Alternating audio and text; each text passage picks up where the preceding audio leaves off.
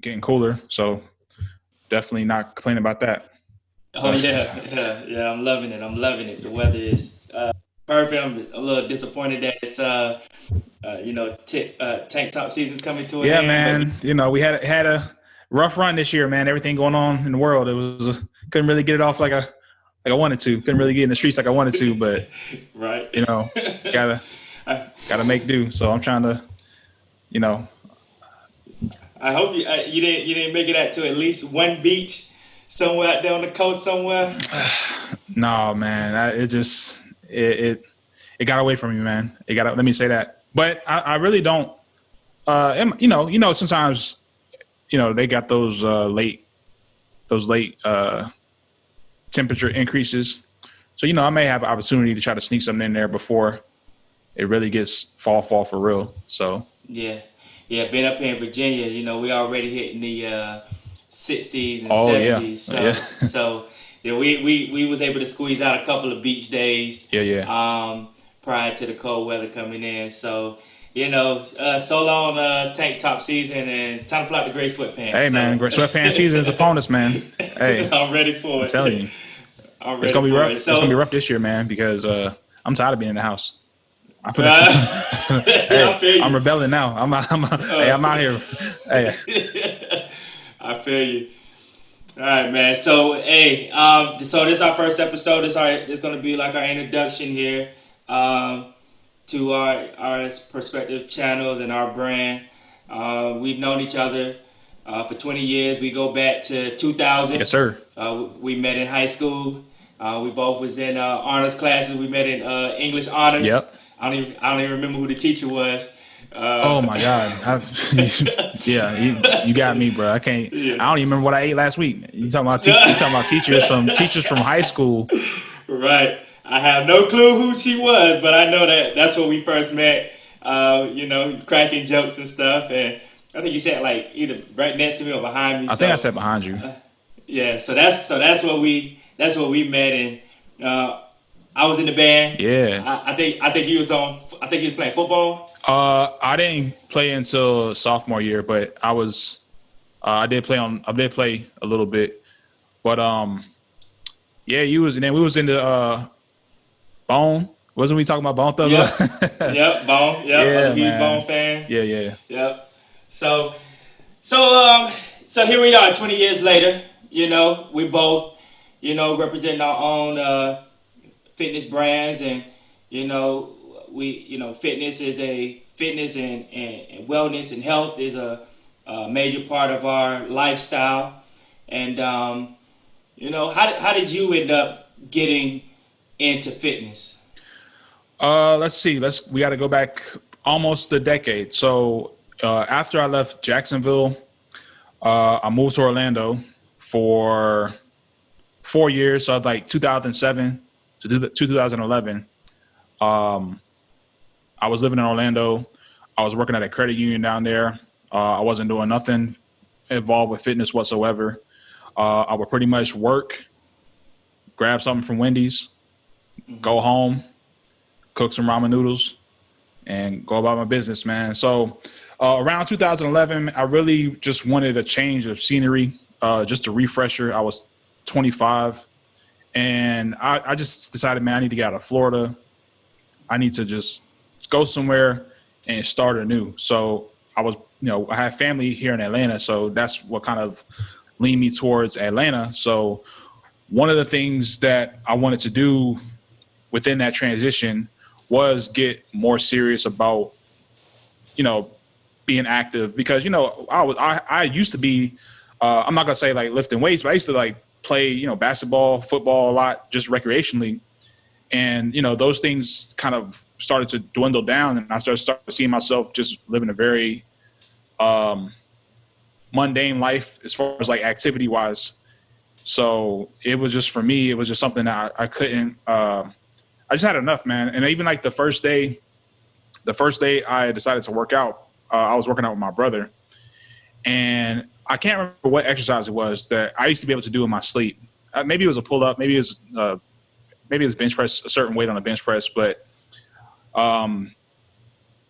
it just bothered me, man. And my brother's real cynical too, so he was in my ear. He just was in my ear, man. And it just, part of that kind of pissed me off a little bit too, but it kind of gave me a kick in the butt in terms of just really getting serious about trying to get back to being just active. Really, I wasn't really thinking about healthy first, but just more so active. Mm-hmm. So I ended up losing a good amount of weight just from going to the gym. I pretty much went 5 days a week. So I used to drive home from my job past the LA Fitness, and I could not pass it. So I told myself, I leave work, I go straight there. I don't ask no questions. I don't second guess nothing. I just gonna go and figure it out when I get in there. So after that, about a year later, I decided I wanted to have a career change. So the career change led me towards personal training. I found an individual who was teaching about personal training in lieu of getting a NASM certificate. So I paid and I joined that class. And this is around 2013. And pretty much since then, I became certified through NASM, and I haven't looked back, man. So that's kind of my journey. That's what's up. I don't have a similar story because I grew up picky. A picky eater, right? Yeah. So most people who've known me growing up, I was a skinny guy. Yeah. Like I was real skinny. Yeah. Yep. I was in a band member. Yep. I was a band member, a drummer. Yeah. So there was nothing really athletic about me except that, hey, I can hold my drum. I can carry my drum. I was good with my wrist. Right. So, and I'm talking about using my sticks. Yeah. Get it? No, this is a family show. So, yeah. So yeah, I was music was my thing. You know, I never really cared about, health. My grandparents, my parents, I never really seen fitness in the home. Maybe walking, maybe some skating when I was a kid, but never really seen fitness, never really seen like nutritional eating or any of that stuff like that. So I was a picky eater. I didn't have a lot of weight on me, and if my mom didn't cook it, I ain't eat it. Or if it wasn't Burger King, I ain't eat it. Or pizza, I ain't eat it. So I'm in the military. I'm in the Navy. I've been in the Navy going on 15 years, and it was a change. It was a culture change for me. I went to Bethune-Cookman right after high school, and I only did my freshman year before leaving. It was not what I thought it was going to be. I had a scholarship in the band. I ended up leaving the band. I left school after my freshman year, and man, when I tell you, life sucked. It sucked. I went back to Jacksonville. I went back and moved with my dad for a little bit. Then he kicked me out. I was homeless for a little bit before I joined the Navy. I had a job. I was working at Sam's Club, working overnight as one of the stalkers or whatever. Did we work there at the same time? I don't know. I worked there in 2005, 2006, right before I joined the Navy. All right. Sorry, I didn't mean to cut you off. I worked there for a brief period of time after graduating as well. I feel like I saw you there at one point. Well, my sister worked there. So my sister worked there. My best friend worked there. So Tanisha, she worked there. Yeah. So you probably see me there visiting or whatever from time to time. But I did work nights. Gotcha. In 2005 and leading to 2006, and ended up leaving for the Navy in March of 2006. Gotcha. Well, with the military, there's always some physical assessment. Yes, sir. So, was not. I can tell you, I didn't go through the delayed entry program where you go through the training to prepare you to go to basic. I didn't go through any of that. I maybe went to one or two meetings, and it had nothing to do with me preparing for boot camp or whatever, right? So when I finally got to boot camp, they you go through all these medical screenings and stuff before you even actually get started with the training. A lot of early mornings, late nights. Finally, when we did that first physical assessment, I failed horribly. What's crazy is with the I don't know if this is across all branches, but I know in the Navy, we got that during our assessments. We had that buddy system where you're like, hey, look, what you need, right? What you need to pass. You know what I mean? They tell you can't fail sit-ups and push-ups because you got a buddy, but the run you can't fail, right? So of course, I don't even remember if I even failed the sit-ups and push-ups or whatever. I don't know if I did that well or not. I'm not sure. But the run, sucked so bad. I failed. Now you're supposed to do 12 laps. Mm-hmm. I think I might have did 10 or 11, maybe. I don't know. I lost count. I failed. All right.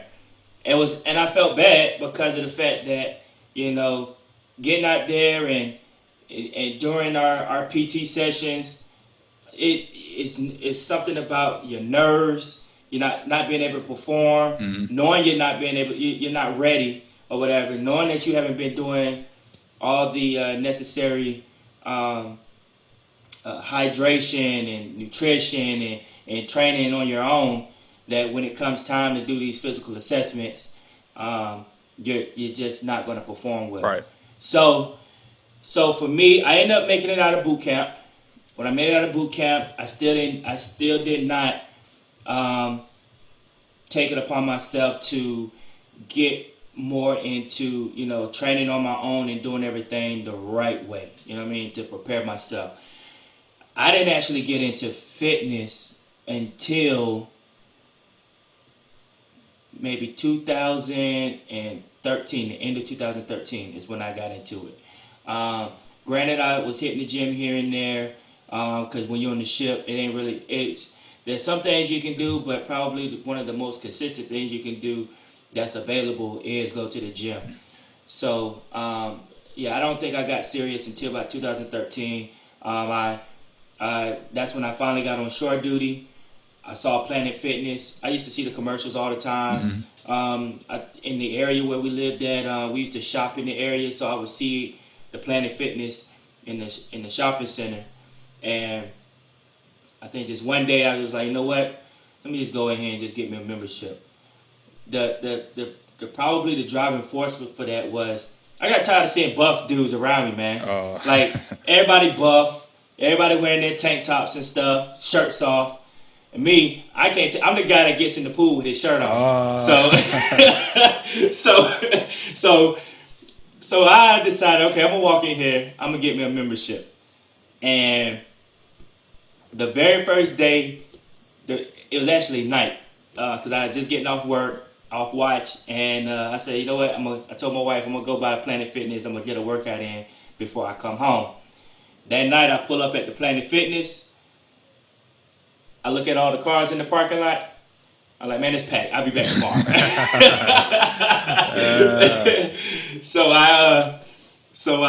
When I finally went back, I went back the next day. I got in there. I worked out. Of course, I looked in there. I don't know how to use none of the equipment. I'm basically just people watching and seeing what they do, how they do it, or whatever. Did my workout. Sore as I don't know what. Laid on the floor, slept on the floor, because I'm thinking that the floor is supposed to help my back or whatever. Did you throw up? I did not throw up. As a matter of fact, that's one thing I've never done.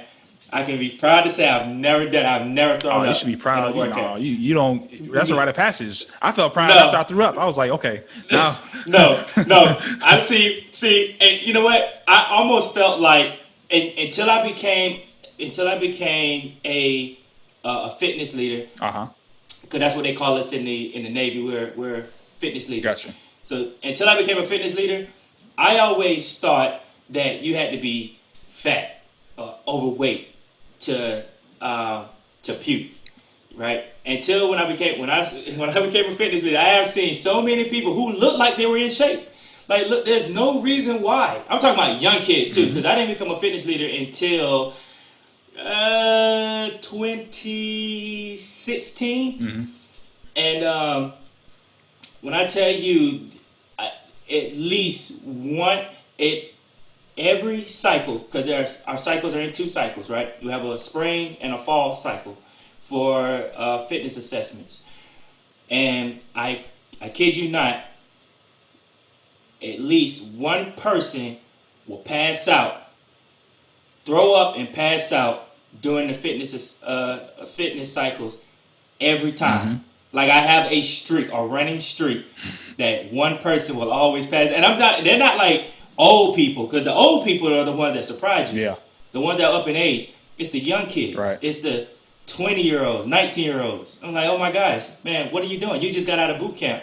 You should be able to pass these without throwing up or falling out. You know what I mean? Yeah. And you're riding a bike. You're not running. You're riding on a bike. Because that's usually where they pass out at, on the bike. So, yeah, for me, that's pretty much where it started. That's just where it started, and then it kind of just progressed from there. Because, again, I was, there was still a point where I was still like a picky eater or whatever and stuff, and I didn't start to, gain weight and everything until, probably about 2014, 2015 is when like the results really started showing and stuff. And that once the results started showing, then I really started getting more addicted to it and getting more, investing more into it and stuff like that. So that's really how it started for me. True that. Oh man. So. Go ahead. No. So for you, knowing that you're in the personal training and you're dealing with, lots of clients, how can you, or what do you think it would take for someone to, one, get started, or what should be their starting point in getting started with, their health, their nutrition, and being physically active?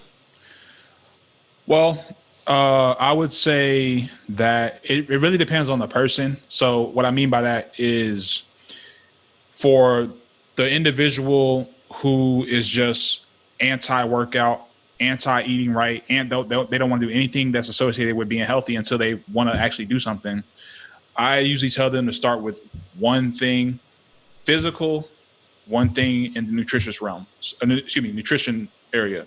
So that one thing can start with drink only water, just drink water. And then the physical thing can just be walk for half an hour every day. That's like baseline minimum. So that way it's like at that point in my brain, if you're not even willing to do like one individual thing, then it's like you're mentally, you're just not quite there yet. But to me, it's something that I think is reasonable, feasible, and doable. It's not asking you to move heaven and earth. It's not asking you to, hit the ground at 100 miles an hour. It's just something that's very, very a good starting base. And then, each week you can try to build upon that. So, you may decide to, cut out sodas or cut out maybe red meat or whatever have you. And for the physical, you may say, okay, let me go to an hour a day of walking, if I could do that, or 45 minutes or whatever. Just anything that builds upon the previous week or time frame. I think that's a general baseline for like the bare minimum. Someone who's a little bit more intermediate, let's say they may have fallen off, or they may be looking to like go into the gym and do physical, like lifting weights and stuff like that. Join a gym. Like actually start with the actual action of walking into a gym, signing the paperwork. That's the first start. And then from there, pick, I would say 3 days out of a 7-day week, pick 3 days out of the week and go to the gym. Yeah, that's actually pretty good. 'Cause that's actually where I started. You know what I mean? Yeah. Like I said, I did not have, I didn't have a clue what I was doing. I did not work out every day. I mean, being in the military, there's oftentimes we're associated with being like fit and stuff like that. I don't know what the civilian perspective was, but that was my mentality before I came into the Navy, is that it's all about being physical, and so for me, it did take walking into that gym and getting that membership, because now you're paying for it. Right. So you're either gonna waste your money or you're going to you're gonna So go. you gotta force your own hand. I tell people, it's like you know your worst habits more than anybody else. So it's like you're playing that game of chess within your own mentality. The part of you that says I don't want to do this versus the part of you that says I do want to do this. If you know what your bad habits are, like going back to what I was telling you about going to the gym straight after work. Before that, I used to be I'm going to go home, get changed, then go back to the gym. 10% of the time I did that. The rest of the 90%, once I locked that door and took the more clothes off, it was a wrap. Yeah, it's over. It's over for the boy. So, knowing that, because then I say, okay, I know that if I go home, I'm staying home. So I have to make sure that I go to the gym before I go home. Because when I go home, it's a wrap. So that's what I mean by having awareness of the type of excuses and types of behaviors that you'll tend to do to talk yourself out of stuff, and just cutting that off at the pass. And that, to me, that's a good starting point. It's like once you understand the types of things that you say to talk yourself out of stuff, then you have to counteract that with actual action and doing. And don't get so concerned about, like, for example, when you start out going to the gym, don't get so concerned about knowing everything, because you're not going to. You're just not going to know. Okay. I agree. And don't get so concerned with trial and error. I've made mistakes starting out. I think we all make mistakes starting out. And, especially now in this current climate of everybody in the social media era, and everybody wants everything perfect and everything to be like streamlined. That's just not how the real world works. And you have to kind of hone yourself in to keep a realistic mentality of a journey. Everyone's going to show you their highlights. No one's going to show you the struggle. No one's going to show you, I done fell off of trying to do box jumps, and I done stumbled and scraped my shins up. I done got caught underneath that bench and couldn't get that last rep up. And, it's just, that's all part of the game. You know what I mean? Yeah. And it's like the great thing about exercise is that failure is okay. Like when you're working out, like for example, if you're doing a set of an exercise, failure sometimes is the goal. That is the goal. So failure is the goal. So like it really promotes an environment for me that failure is okay, because you're pushing yourself to, like, you basically saying, I gave 100% of what I got and I ain't got no more. And at the end of the day in life, if you say that, I gave 100% of what I got to the game, then all you can do is just be happy with the results. You can live with the results. Say, you know what, I'm at peace where I'm at, because I know I gave my all or my best that I could. And then the next day you try to just surpass that. I absolutely agree. So progressing through our future content, we're gonna wrap it up here. Progress to our future content, we're gonna dive deeper into the nutrition. We'll have other guests that will come on that also involved in the fitness world to provide insight. We'll have more of a conversation. This first episode was really just to put that introduction, get the voice, the face. Everything has a starting point. Mm-hmm. and I think that was the biggest thing for us, is like, where do we get started? Because I think a lot of people when they I know people that I've encountered and people that I've talked to, they think that, hey, I went to the gym one day, I did one push-up, and here I go, here I am, I'm where I'm at today. No, it took years. Mm-hmm. It took years to get to where I'm at today. You're seeing a sum total of years of grinding and struggling and setbacks and things of that nature. Mm-hmm. So as we're going to progress through this, here's our starting point. Our starting point is, hey, look, we were in a similar mindset, a similar position we were going through these things in our life. You know what I mean? We was going through these experiences. There was at some point we were down and out, and then we had, you know, it took something, an event or a situation that led for us to, you know, led for the light bulb to be clicked on and say, hey, you know, I probably should pay more attention to this. I probably should do something that's going to better myself, better my health, better my energy levels and things of that nature. Sometimes it takes being embarrassed. Yeah. You gotta be embarrassed. That public humiliation. Yeah, exactly. So something about it. Because it works. There's a lesson in that. There's a lesson in, you know, not getting too, especially in the gym, not letting your ego rule you. You know, being fair-minded and being, you know, pushing yourself, but also, you know, within the parameters of being smart and how you do it, because nobody wants to get hurt.